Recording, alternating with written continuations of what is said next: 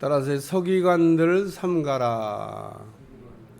예수님께서 서기관들을 조심하라고, 서기관들을 조심해야 될 사람으로 예수님께서 경계하신 내용에 관한 말씀입니다. 예수님 당시에는 종교 지도자들이, 대표적인 사람들이 예를 들면 바리새인, 서기관, 그 다음에는 대제사장 이렇게 있겠습니다만은, 서기관이라고 하는 사람의 위치가 대단히 중요합니다. 왜 중요하냐면 서기관들은 율법 학자이면서 율법을 해석하는 사람이기 때문에, 오늘날도 법을 해석하는 분들이 있잖아요. 예를 들면 헌법재판소에 앉아 계신 판사, 막 밑에서 다 해결될 것 같으면 거기까지 가지도 않죠. 이게 헌법에 위배가 되냐, 헌법에 맞냐, 이런 걸 따질 때 헌재로 가게 됩니다. 그래서 어쨌든 헌법재판소에 가는 거는 이제 법의 옳고 그름을 따지듯이, 율법을 지금 온전하게 지켰냐, 율법을 온전하게 못 지켰냐 라고 하는 문제를 물을 때는 대제사장에게 안 가요. 대제사장보다도 정말 더 이게 높은 자리에 있다고 생각하는 사람들이 서기관입니다. 왜? 율법을 해석하니까. 바리새인들은 이 서기관이 해석한 율법대로 살기로 결심한 사람, 약 6천 명가량 있었다고 이야기합니다. 기록을 가지고 얘기하는 거예요.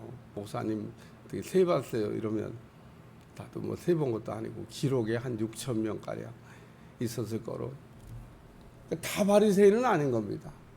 유대인이라고 그러면 다 바리새인인가? 다 바리새인은 아닌데, 율법을 지키는 서기관들의 율법을 따라서 살기로 결심한 사람들, 바리새인. 바리새인 가운데 한 사람이었던 사람이 바울입니다. 바울도 그러니까 바리새인으로 결심했던 사람입니다.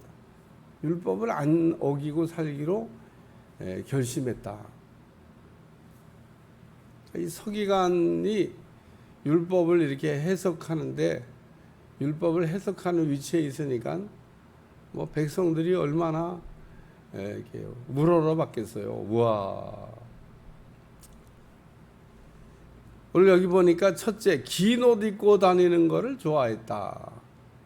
긴 옷이라고 하는 거는 우리나라 옛날 조선시대 때 옷수리, 긴 옷을 여러분들이 연상하시면 되겠어요. 사극에서 양반들이 이렇게 옷수리 큰 거, 거기다 하나 넣어도 될 만큼 이렇게 커다란 옷수를 이렇게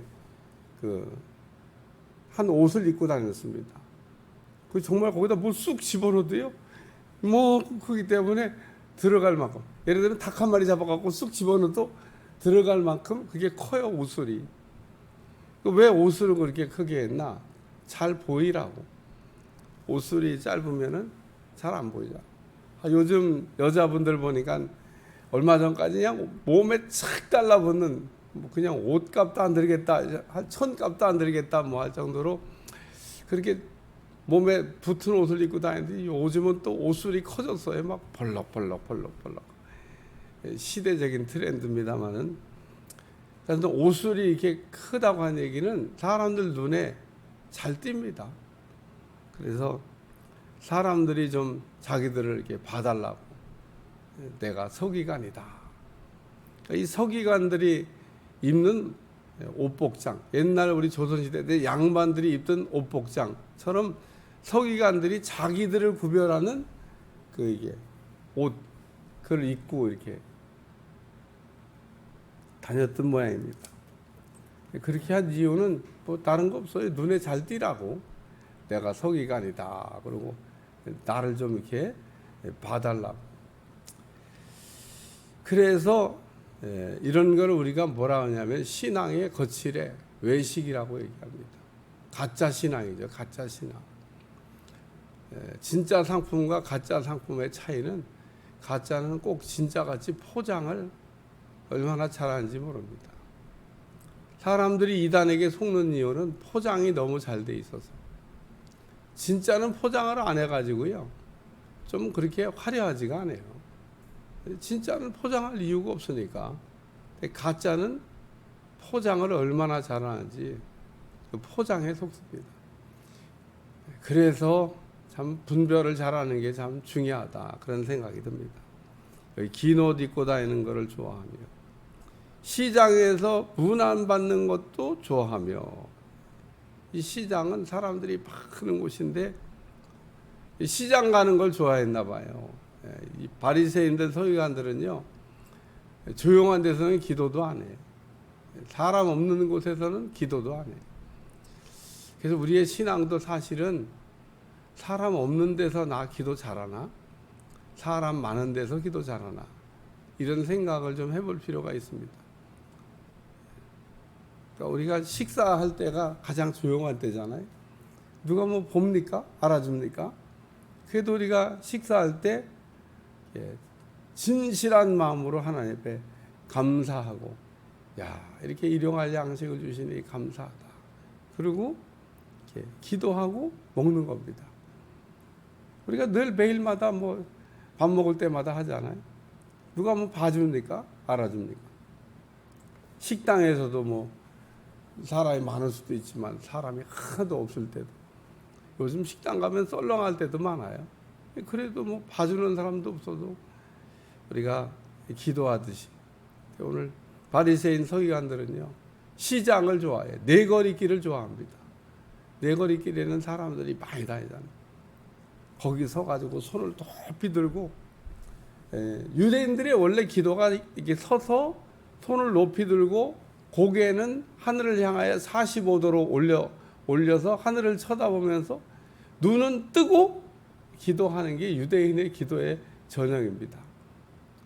그러니까 오늘날 우리가 그런 기도는 잘 안 하는데, 어쨌든 유대인들은 그렇게 기도를 해요. 그러니까 어디 사람들 없는 데 가서 이렇게 손 들고 뭐 이렇게 기도하면 봐주는 사람이 없잖아요. 네거리길에 가서 옷술은 크지, 옷술은 크지, 손을 높이 들었지, 고개는 하늘을 향하여 45도로 쳐다보고 있지.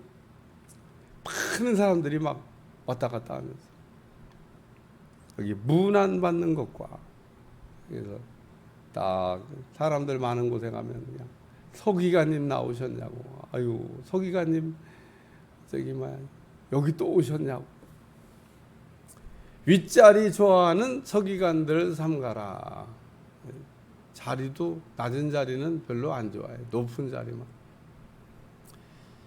그래서 오늘 이 서기관들의 가짜 신앙을 경계하신 말씀인데, 그들은 과부의 가산을 삼키며 외식으로 길게 하니 그들이 더 엄중한 심판을 받으리라.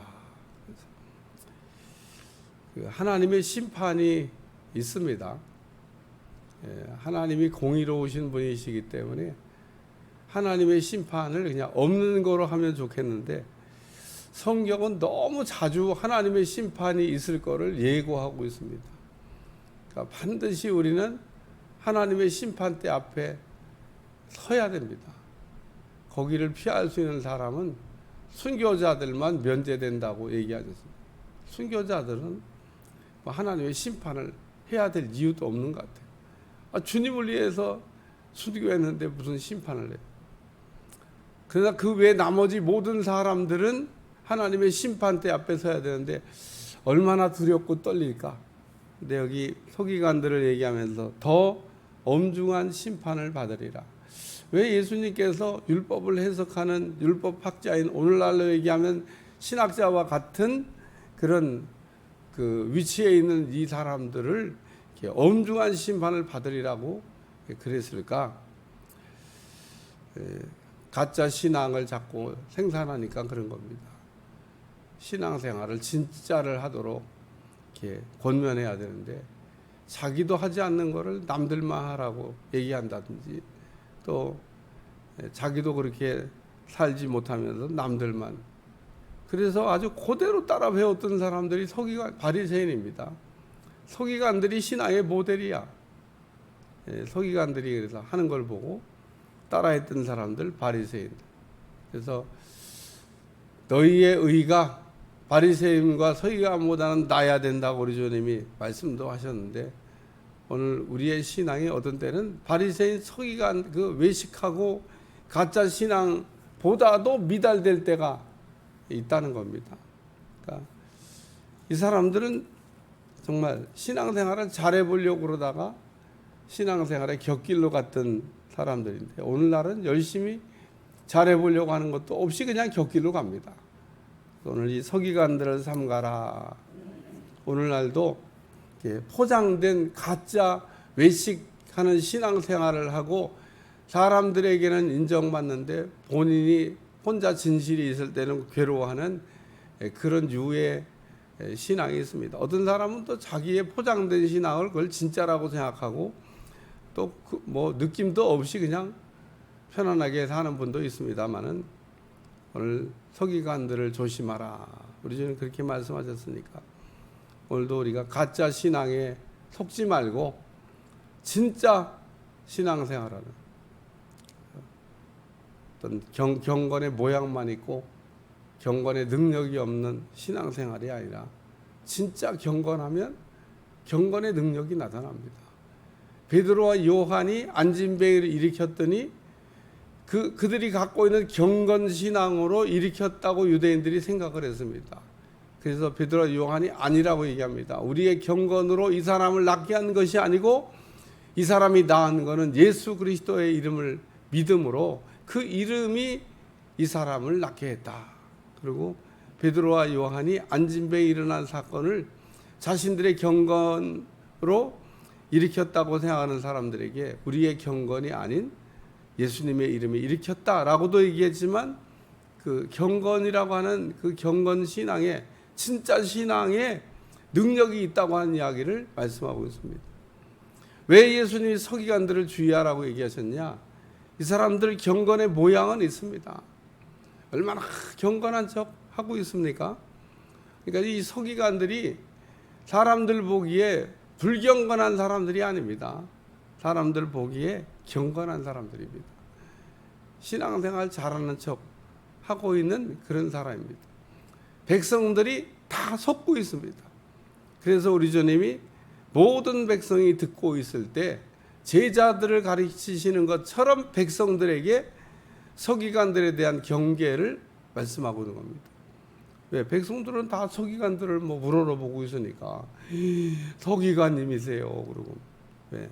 신앙의 아주 롤모델인 줄 생각하는데, 신앙의 롤모델이 아닌 거를 지금 신앙의 롤모델을 생각하는 백성들에게 알아들으라고, 외식하고 가짜 신앙에 속지 말라고. 오늘도 우리가 가짜 신앙에, 불경건한 신앙에 우리가 속지 말고 진짜 경건의 신앙을 회복하시기를 주님 축원합니다. 불경건하니까 과부의 가산을 삼키는 겁니다. 진짜 경건하면 과부의 가산을 삼키겠어요? 과부가 얼마나 어려운 사람인데. 그래서 경건은 이게 어려운 사람들을 불쌍히 여기고 세속에 물들지 않는 게 경건이다, 그렇게 말씀하는데, 오늘 아주 그냥 경건한 척하면서 경건하지 않은 삶을 살았던 서기관들을 책망하셨던 말씀. 오늘도 우리가 경건한 하루가 되어야 될 줄로 믿습니다. 기도하겠습니다. 하나님, 오늘도 우리의 삶에 축복하시고 서기관을 조심하라고 말씀하고 있는데, 오늘 가짜 신앙에 속지 않게 도와주시고 나 자신도 진짜 신앙을 할 수 있도록 축복해 주옵소서. 예수님의 이름으로 기도합나이다. 아멘.